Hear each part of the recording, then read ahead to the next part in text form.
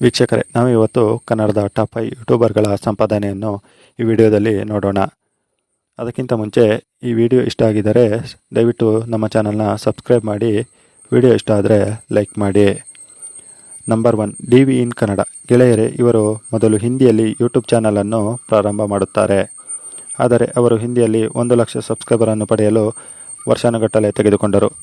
ಆದರೆ ಇವರು ಯಾವಾಗ ಕನ್ನಡದಲ್ಲಿ ಯೂಟ್ಯೂಬ್ ಚಾನಲನ್ನು ಸ್ಟಾರ್ಟ್ ಮಾಡುತ್ತಾರೆ, ಅವರ ಕೇವಲ 6 ತಿಂಗಳಲ್ಲಿ 1 ಲಕ್ಷ ಸಬ್ಸ್ಕ್ರೈಬರನ್ನು ಪಡೆಯುತ್ತಾರೆ ಮತ್ತು ಸಿಲ್ವರ್ ಪ್ಲೇ ಬಟನನ್ನು ಕೂಡ ಪಡೆದುಕೊಳ್ಳುತ್ತಾರೆ.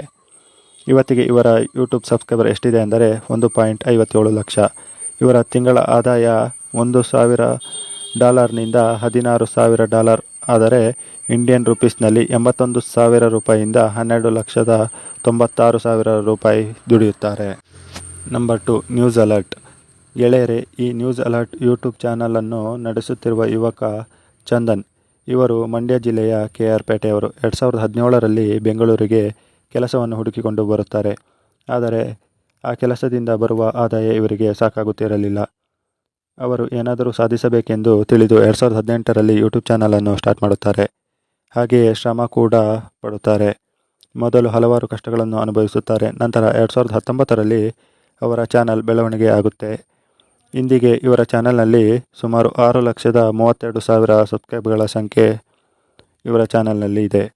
ಇವರು ಇತ್ತೀಚೆಗೆ ನಡೆದ MLA ಎಲೆಕ್ಷನ್ನಲ್ಲಿ KR ಪೇಟೆ MLA ಕ್ಯಾಂಡಿಡೇಟ್ ಆಗಿದ್ದರು. ಎಲೆಕ್ಷನ್ನಲ್ಲಿ ಇವರು 8,000ಕ್ಕೂ ಹೆಚ್ಚು ಮತ ಪಡೆದಿರುತ್ತಾರೆ. ಆದರೆ ಅವರು ಅಲ್ಲಿನ MLA ಆಗಲಿಲ್ಲ. ಆದರೂ ಅವರು KR ಪೇಟೆ ಜನರಲ್ಲಿ ಉಳಿಸಿಕೊಂಡ ಮಾತುಗಳನ್ನು ಈಗಲೂ ಈಡೇರಿಸುತ್ತಿದ್ದಾರೆ. MLA ಆಗಲಿಲ್ಲ ಎಂದು ಅವರು ಹಿಂದೆ ಹೇಳಿದ ಮಾತುಗಳನ್ನು ತಿರಸ್ಕರಿಸಲಿಲ್ಲ. ಓಕೆ, ಇವರ ಸಂಪಾದನೆ ಏನೆಂದರೆ ಜೂನ್ ತಿಂಗಳಿನಲ್ಲಿ ಯಾವುದೇ ವಿಡಿಯೋವನ್ನು ಬಿಟ್ಟಿರಲಿಲ್ಲ. ಇವರು ಅನಾರೋಗ್ಯದಿಂದ ಜೂನ್ ತಿಂಗಳಿನಲ್ಲಿ ಯಾವುದೇ ಒಂದು ವಿಡಿಯೋ ಕೂಡ ಬಿಟ್ಟಿರಲಿಲ್ಲ. 1 ತಿಂಗಳು ಗ್ಯಾಪ್ ಆದ ನಂತರ ವಿಡಿಯೋವನ್ನು ಸ್ಟಾರ್ಟ್ ಮಾಡುತ್ತಾರೆ. ಆದರೆ ಜೂನ್ಗಿಂತ ಹಿಂದಿನ ತಿಂಗಳಲ್ಲಿ ಇವರ ಸಂಪಾದನೆ ಎಷ್ಟು ಎಂದರೆ $2,400ನಿಂದ $38,000, ಅಂದರೆ $1,90,000ನಿಂದ ಏನಿಲ್ಲ ಅಂದರೂ 30 ಲಕ್ಷ ದುಡಿಯುತ್ತಾರೆ. Number 3, tech in Kannada. ಈ ಚಾನಲನ್ನು ನಡೆಸುತ್ತಿರುವುದು ಸಂದೀಪ್ ಎನ್ನುವರು. ಇವರು ಇಂಜಿನಿಯರಿಂಗ್ ಪದವೀಧರರು.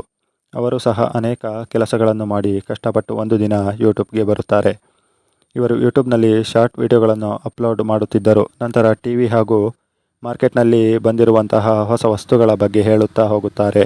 ಇಂದಿಗೆ ಇವರ ಚಾನಲ್ನಲ್ಲಿ ಸುಮಾರು 8.7 ಲಕ್ಷದವರೆಗೆ ಸಬ್ಸ್ಕ್ರೈಬರ್ ಇದ್ದಾರೆ.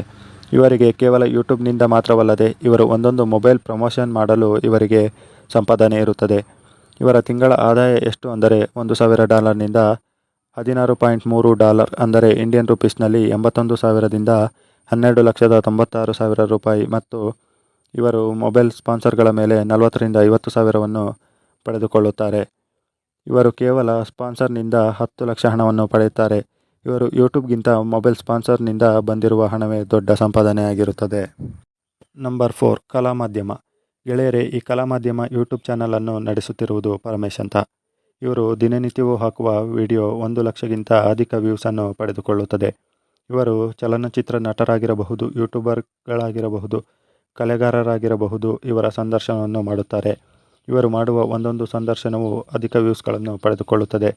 ಇವರ ತಿಂಗಳ ಆದಾಯ $3,000ದಿಂದ $700, $59,000, ಅಂದರೆ 3 ಲಕ್ಷದಿಂದ $47,79,000ವರೆಗೆ ಇವರು ದುಡಿಯುತ್ತಾರೆ.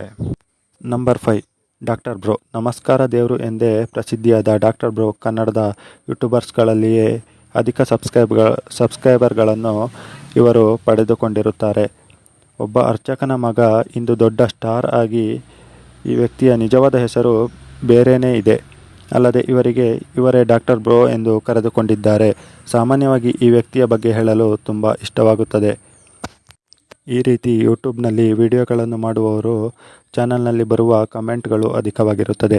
ಏಕೆಂದರೆ ಅವರು ತೋರಿಸುವ ವಿಷಯಗಳು ಕೆಲವರಿಗೆ ಇಷ್ಟವಾಗುತ್ತದೆ, ಇನ್ನು ಕೆಲವರಿಗೆ ಅದು ಇಷ್ಟವಾಗುವುದಿಲ್ಲ. ಇವರ ತಿಂಗಳ ಆದಾಯ 15 ಲಕ್ಷದಿಂದ 20 ಲಕ್ಷ ಅಂತಲೇ ಹೇಳಬಹುದು. ಇವರಿಗೆ ಪ್ರಮೋಷನ್, ಫೇಸ್ಬುಕ್ ಹಾಗೂ ಎಲ್ಲವೂ ಸೇರಿ ಇವರಿಗೆ ಏನಿಲ್ಲ ಅಂದರೂ 20 ಲಕ್ಷ ಹಣವನ್ನು ದುಡಿಯುತ್ತಾರೆ ಅಂತಲೇ ಹೇಳಬಹುದು.